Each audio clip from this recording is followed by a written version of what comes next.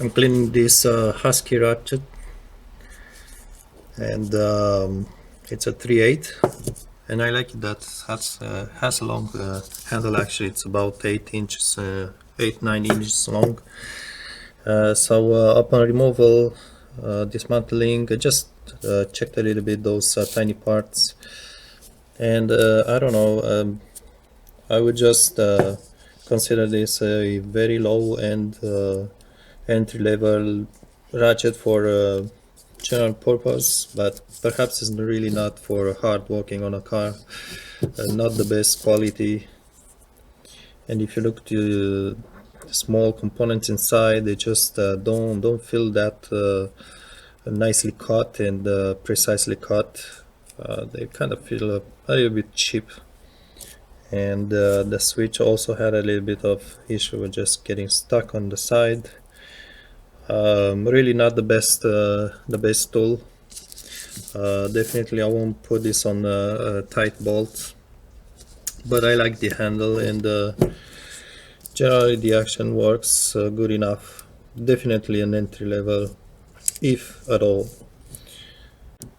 Also notice there are kind of marks inside. I don't think the camera will catch them. Just right there on the wall. It's like,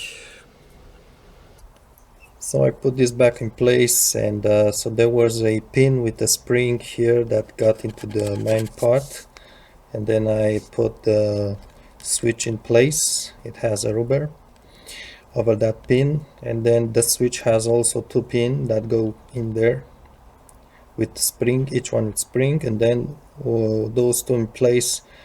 There's two geared metal piece, one on top of the other, but there's one of them, the top one, that has a small groove right there. So that groove goes upwards as we look now, and it goes underneath. There's a lip here on the switch side, so that groove goes under the lip on the switch right here. So that's how we put those two in place. I just kept it with the finger and depressed the springs, and just inserted this piece over to the two geared parts. So that went pretty nicely. And also I needed to have a pliers like this to grab the circlip, locking circlip.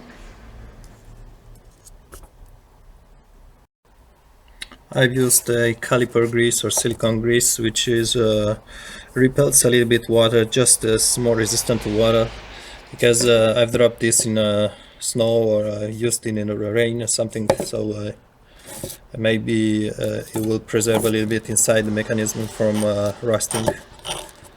It's working pretty nicely now. It's really not a quality tool. See, this thing doesn't really go very smooth compared to other tools, but hey.